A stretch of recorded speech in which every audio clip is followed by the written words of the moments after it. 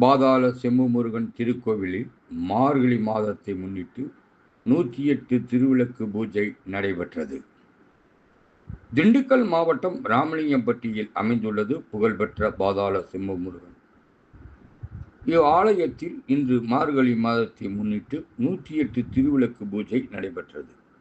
இது திண்டுக்கல் காமாட்சிபுரம் பிரிவு பகுதியில் அமைந்துள்ள அமிர்தா வித்யாலயா பள்ளியில் இருந்து 200 பள்ளி குழந்தைகள், ஆசிரியர்கள், குழந்தைகளின் பெற்றோர்கள் மற்றும் ஏராளமான பெண்கள் இந்த திருவிளக்கு பூஜையில் கலந்து கொண்டனர்.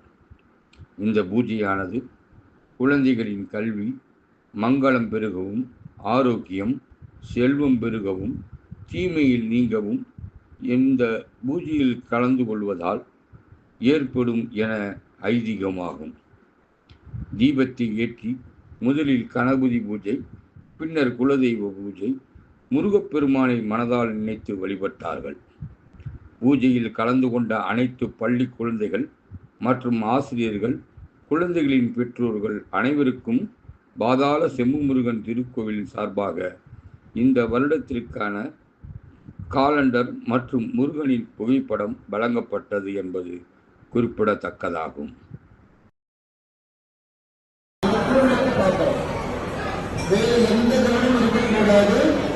மனது முழுவதும்